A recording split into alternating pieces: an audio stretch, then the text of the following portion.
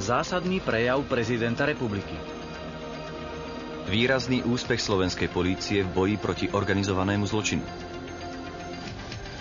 Nejasnosti okolo výsledku posledného futbalového stretnutia slovenskej reprezentácie. Príjemný a informáciami nabitý októbrový večer, vážení televízni diváci. Dobrý večer.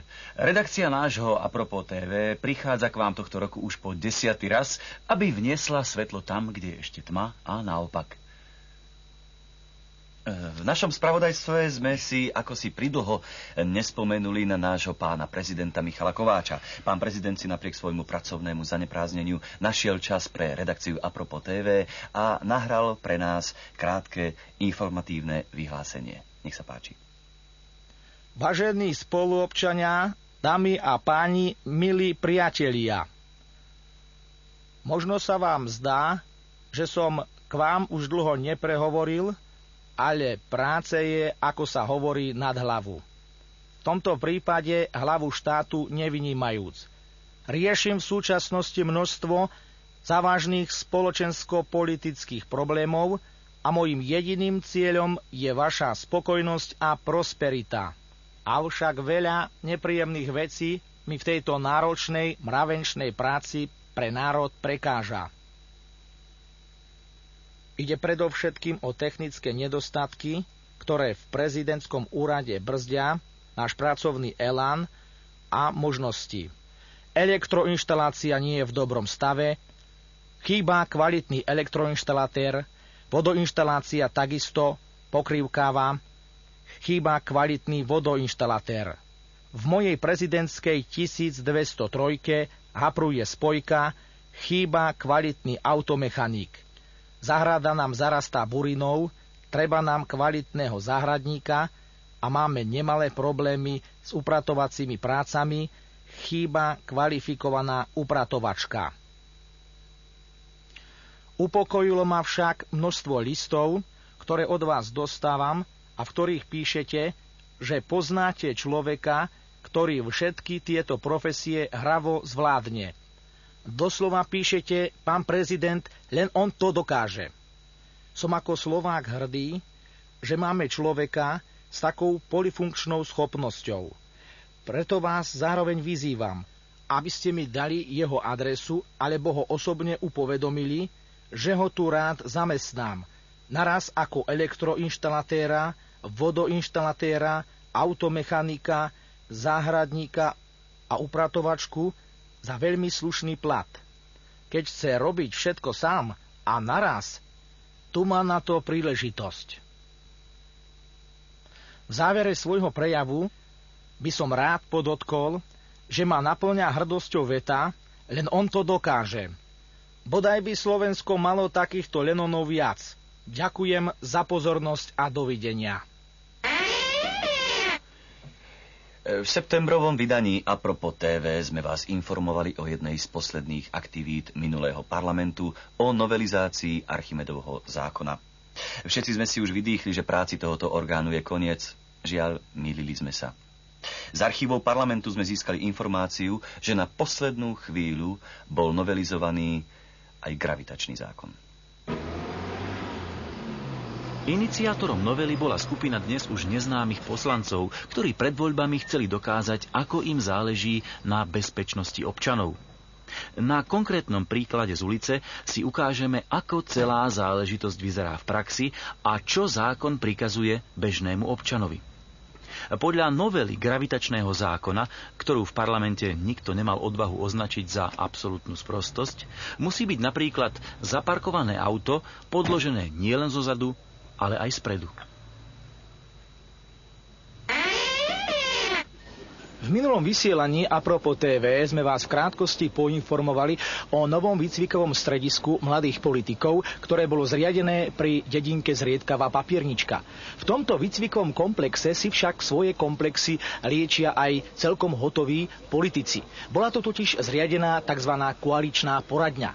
Na jej zámery a ciele sme sa opýtali prednostu, docenta doktora Eberharda Unterschiftera. Takže, pán docent, aké sú zámery vášho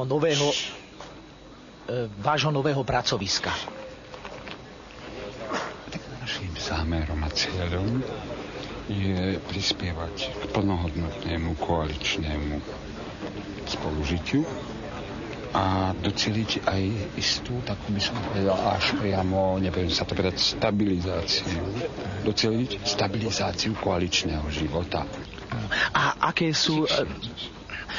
sú najväčšie problémy a neduhy koaličného života? Problémy a neduhy. Je to hlavne absolútna neschopnosť dosiahnuť spoločný konsenzus. A ako sa to lieči? Kúpele.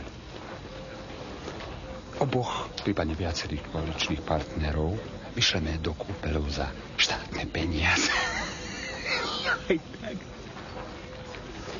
A tam v tichom prostredí, pokojných, tichých, zašitých kúpeloch, potom môžu sadnúť za spoločný stôl a pokúsiť sa o dosiahnutie toho spoločného konsenzu.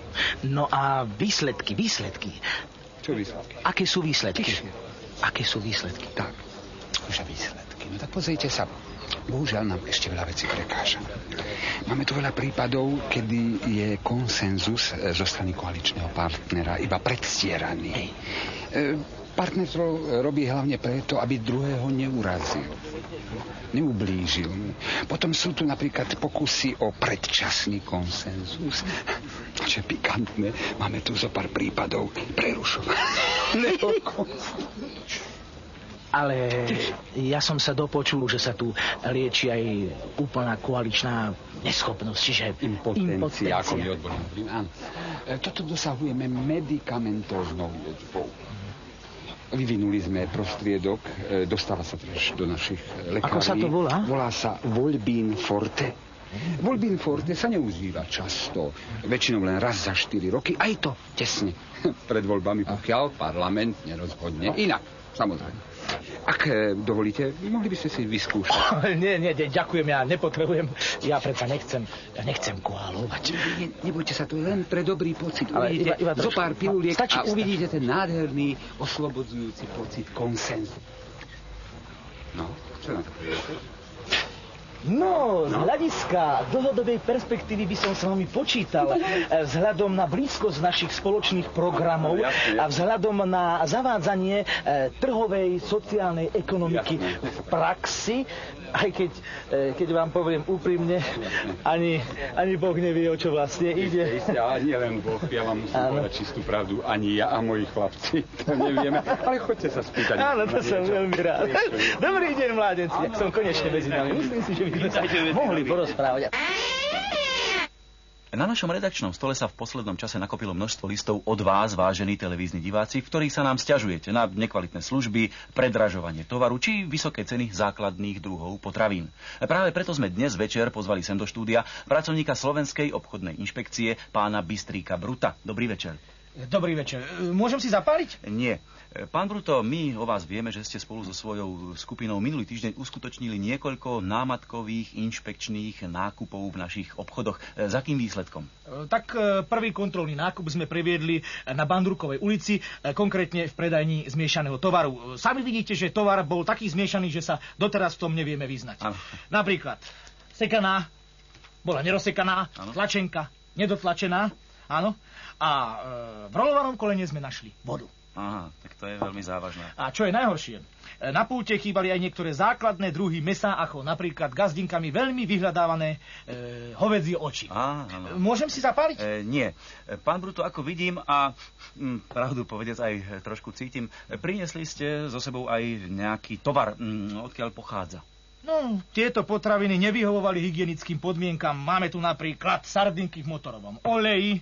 Áno, ďalej tu máme sardelovú pastu na zuby. A najväčší šok sme zažili, keď sme otvorili konzervu s etiketou hovädzie na hubách. Hovädzie tam nebolo. A čo myslíte podľa vás, kde bolo? No asi na hubách. No, to je logické. Pán Bruto, ako s týmto tovarom naložíte?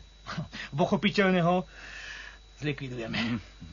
Tak, napríklad táto salámka značky Evergreen, áno, Bola konkrétne vyrobená v roku 1987.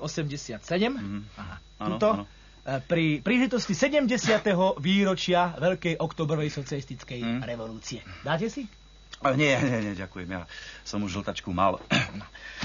A v niektorých trafikách sme zistili, že predávajú ideologicky závadné cigarety. Nerozumiem. Nerozumiem. No. Všetci predsa dobre vieme, že v trafikách sa majú predávať cigarety značky West a v niektorých predávajú cigarety značky East. Tak to je naozaj veľmi závažné porušenie predpisov. Pán Bruto, my vám ďakujeme za rozhovor, návštevu v štúdiu, želáme vám veľa zdravia a samozrejme hlavne pevný žalúdok. Ďakujem, lebo aj tak už musím ísť. Vtipné. A pozdravte na infekčnom. Áno, takže my pokračujeme. Vážení televízni priatelia, do štúdia nám práve prišla naliehavá správa, preto prepáčte na chvíľu prerušenie nášho spravodajstva. Bližšie o nej však už môj kolega. Správa znie. Dnes, to jest dňa 8. októbra 1994, Matica Slovenská výnimočne nič neoslavovala. Áno, ja ďakujem kolegovi za túto mimoriadne dôležitú udalosť a my by sme radi pokračovali v našom spravodajstve. Vážení televízni diváci, kradnutie aut nadobudlo v našej spoločnosti skutočne obľudné rozmery.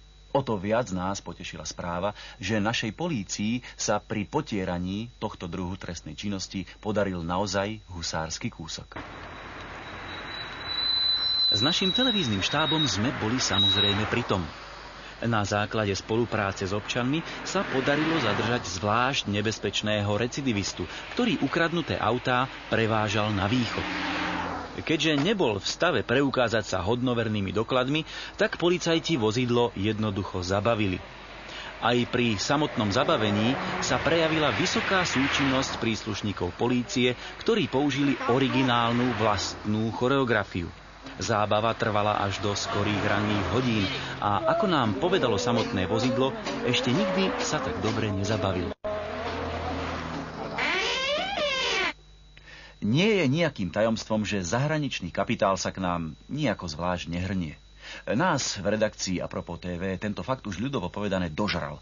A tak sme sa ani nenazdali. A nakrútili sme optimistický materiál o tom, že situácia je oveľa lepšia, ako by ste si mysleli, vážení televízni diváci. Prinášame vám teraz rozhovor s americkým podnikateľom, samozrejme slovenského pôvodu, Winstonom Mrvenicom, ktorý sa rozhodol, že bude podnikať priamo v krajine svojich predkov. Pán Mrvenica, ako hodnotíte úroveň a vôbec celkové možnosti podnikania u nás? Well, your fucking administrators in Bratislava are absolutely stupid, because... Prijali ma vaši skvelí, kvalifikovaní ministerskí úradníci. Boli strašne, ale naozaj strašne ochotní. So záujmom si prečítali moje plány a okamžite a promptne rozhodli, že sa realizujú. Sú to skutočne veľmi múdri, pružní a hlavne mimoriadne skromní ľudia. Nevyhnutnou súčasťou úspešného podnikania sú aj spoje. Ako teda hodnotíte úroveň našich telekomunikácií? Well, your fucking telephone is absolutely shit, because... Tak s telefónmi mám len tie najlepšie skúsenosti. Človek sa v priebehu niekoľkých sekúnd dovolá kam len chce. Ja osobne sa práve pri telefonovaní najviac upokojím. Áno, ďalšou veľmi dôležitou súčasťou podnikania sú samozrejme cesty. Ako hodnotíte túto zložku podnikateľskej činnosti a možnosti? Well, your fucking gross is absolutely shit, because... Ach, tie vaše úžasné cesty. Široké, bezpečné. Človek má istotu, že mu nevybehne nič v protismere. Oproti tomu sú tie naše americké cestičky detským dopravným ihriskom. Vaša cestná sieť je naozajstným balzamom na nervy motorizovaného podnikateľa. Áno, a na záver hádam otázka v mene všetkých divákov Apropo TV. Kedy vás budeme môcť opäť u nás, teda vo svojej starej vlasti vidieť? In this country? Yeah. Never. Never. Never in my life. I'm not crazy. Budem sem prichádzať zas a zas a zas. Zmluvy, ktoré som tu podpísal, považujem za sväté. Budú určite platiť aj o 100 rokov. Návšteva vašej krajiny bola naozajstným superbiznisom, na ktorý nikdy v živote nezabudnem. No a celkom na záver vás všetkých srdečne pozdravujem. Thank you. Pre Apropos TV, Štefan Elvis Skúcaný. Love me, tender, love me. Aj v takej serióznej oblasti nášho života, akou je nesporne spravodajstvo, radi dávame priestor umeniu. S krátkou umeleckou zdravicou medzi nás prišiel náš dlhoročný spolupracovník, nadnárodný umelec Ujo Imro.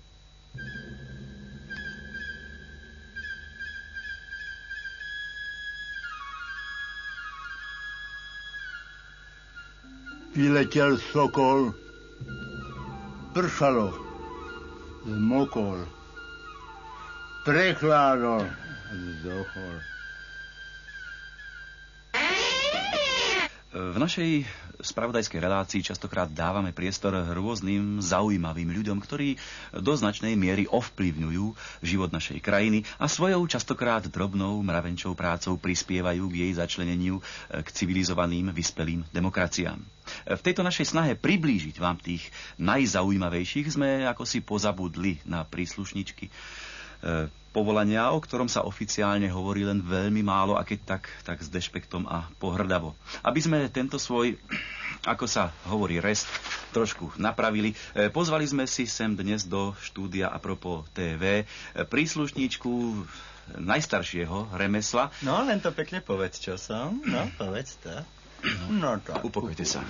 Povedz to. No. Pozvali sme si sem slečnu Hedvigu povolaním... No, len to pekne povedz.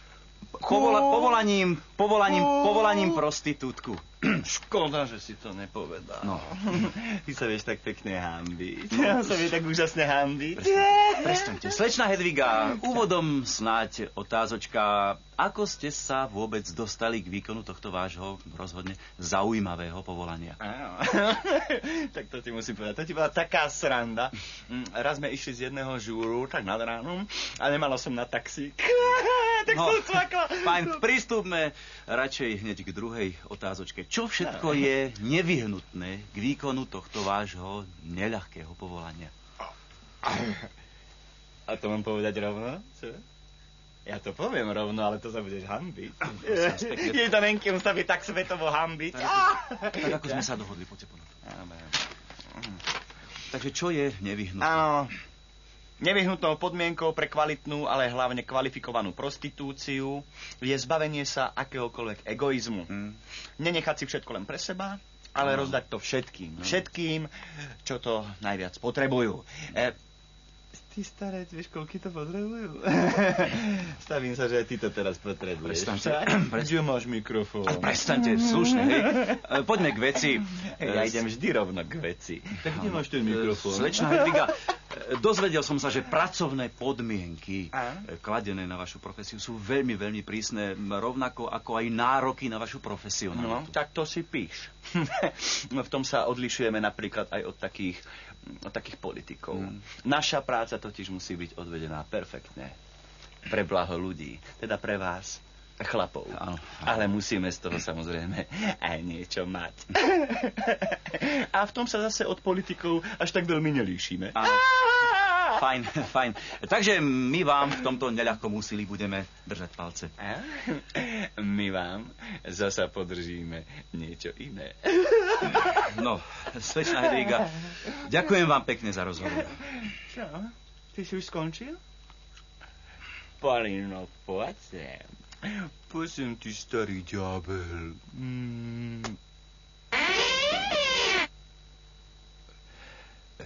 Všetci fanúšikovia futbalu majú ešte v živej pamäti nedávne medzištátne stretnutie s Francúzskom. Výpadok elektrickej energie na štadióne vtedy kadejakí nepriatelia nášho mladého futbalu označili za škandál. Včerajšie druhé medzištátne stretnutie našich chlapcov však do celej záležitosti vnieslo konečne svetlo. Bližšie už náš pomerne dosť vysunutý redaktor. Hlásim sa vám zo štadióna na Škrydlovom poli, kde sa o malú chvíľu staneme svedkami prvého historického medzištátneho zápasu medzi mužstvami Slovenska a Podnesterskej republiky v tzv. Slovenskom futbale. Mnohí si možno kladiete otázku, prečo práve Slovenskom. Dnes vám to už môžeme prezradiť. Špecifikom tohto športu je to, že sa hrá v absolútnej tme. Ako ste si všimli, zápas sa už začal. Dokonca niekto na druhej strane kričal aj gól. Uvidíme, ako to v skutočnosti... Prepáčte, vážení televízni diváci, v tejto chvíli do mňa v tejto kvalitnej tme, ktorá vládne na trávniku, narazil aj predseda Zväzu slovenského futbalu, pán Dunkel. Pán Dunkel, ak dovolíte, možno vás dnes večer už neuvidím, preto jedna otázka. Ako ste zatiaľ spokojní s priebehom dnešného zápasu? No tak z toho, čo sme doteraz nevideli, môžeme jednoznačne konštatovať, že zápas sa vyvíja vynikajúco. Tmavý fotbal začína na Slovensku jednoznačne zapúšťať silné korene a kto sa mu nebude chcieť v budúcnosti zo zahraničia prispôsobiť, tak sa môže ísť stažovať na lampáren. Konec koncov videli ste to nedávno Francúzi, ne? Jaký je to veľký mančaft, ale jak padne tma, tak sú hotoví jak lokše. Jaro, nestoj tam na té malém vápne, ak ty s tým spolni sa dopredu. Prepáčte, pán Dunkel, ale vy vidíte na ihrisko? Ne, ja neviem, ja ich nemusím vidieť, ja ich poznám ako vlastné boty. Ale čo to nevidíme, vážení televízni diváci? V tejto chvíli vám niekto zažal svetlo, takže pre poruchu musel byť zápas prerušený. Ak dovolíte, využijem túto trápnu situáciu a požiadam o krátky rozhovor hlavného rozhodcu pána Lederhosena z Nemecka. Opýtam sa ho, aký stav je zatiaľ podľa neho. Bei meiner Meinung ist 1:1. Čo povedal? Pán rozhodca tvrdí, že podľa neho je stav 1:1. Podľa neho je 1:1. Jak môže byť 1:1? Vážení televízni diváci, sami vidíte, aký negatívny tieň vrhlo toto svetlo na dnešný zápas. Kým sa podarí poruchu odstrániť, poprosím ešte pána Dunkela a opýtam sa ho na jednu otázku. Pán Dunkel, podľa vás, aký bol stav? 1:1, 2:1, 3:1, 4:2? Koľko vlastne podľa vás bolo? Koľko bolo, no. Koľko bolo, toľko bolo. No, konec koncov, koľko bolo, to si môžu diváci onedlho zatipovať našej novej typovacej súťaži, ktorú onedlho pretlačíme cez ministerstvo financií, ktorá bude mať veselý názov Koľko bolo, toľko bolo. Pre Apropo TV, Rastislav Piško-Martinský. Nie dvarí šťastnejšej chvíle vo vysielaní nášho Apropo TV, ako keď vám ohlásime predpoveď počasia. Nie, že by ste sa tak strašne tešili, že sa dozviete niečo nového, ale počasie znamená, že o chvíľu bude po relácii. Bližšie už náš vedúci plánovania počasia Stanislav Radič Polojasný. Príjemný a ozaj ničím nerušený dobrý večer, vážení televízni diváci. Ak už netrpezlivo očakávate najnovšie správy o počasí, tak sa v rámci možností teda pohodlne posaďte a počúvajte. Okrem hmly a sichravého počasia, o ktoré mi však teraz nejde, vás chcem upozorniť na jednu veľmi dôležitú udalosť. Áno, už o niekoľko dní bude na území celej našej vlasti slávnostne odštartovaná ruja. Na jej otvorení sa vo všetkých našich listnatých a ihličnatých lesoch zúčastnia najvyšší politickí predstavitelia. Títo budú jednotlivým jeleňom a laniam názorne vysvetľovať, ako sa hľadá taký partner, prípadne ako sa má správať k sokovi. Po týchto školeniach už teda na budúci rok neočakávame v našich lesoch výskyt ani jedného paroháča. Slovenským laniam teda potom logicky neostane nič iné, ako vyhľadávať tzv. Malý pohraničný styk so spriateľenými moravskými a českými jeleňmi. Ministerstvo vnútra Českej aj Slovenskej republiky však dôrazne upozorňuje, že na každý takýto, aj keď iba malý styk, bude potrebný certifikát a tlačivo s textom žiadosť o hovory s laňou. Inak na rozdiel od minulého mesiaca, ktorý bol plný predvolebných sľubov, tak v tomto mesiaci už sľubov bude rapídne ubúdať. Tí z vás, vážení diváci, ktorí budete po týchto sľuboch očakávať aj skutky, tí budú vyzerať veľmi podobne ako teraz ja. Takže ďakujem vám pekne za takúto ruju aj za pozornosť. Vážení televízni diváci, októbrové vydanie našej spravodajskej relácie sa pomaly končí. Áno, snažili sme sa vám priniesť informácie o tých najnepodstatnejších udalostiach, ktoré sa u nás odohrali. Berte ma spredu! Ale pokojne, pán kolega, veď vás by sa z profilu ani nikto neodvážil snímať. Dajte si radšej našu tradičnú vodku za správami. Dovidenia, vážení televízni diváci. Ale bol som málo spredu. Dosť ste boli dosť.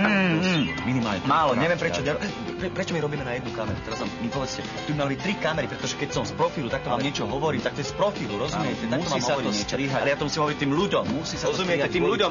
Tie informácie sú kvôli tým ľuďom, o ktorých hovoríme. A ja hovorím, boli ste minimálne 3-krát spred. Minimálne 3-krát.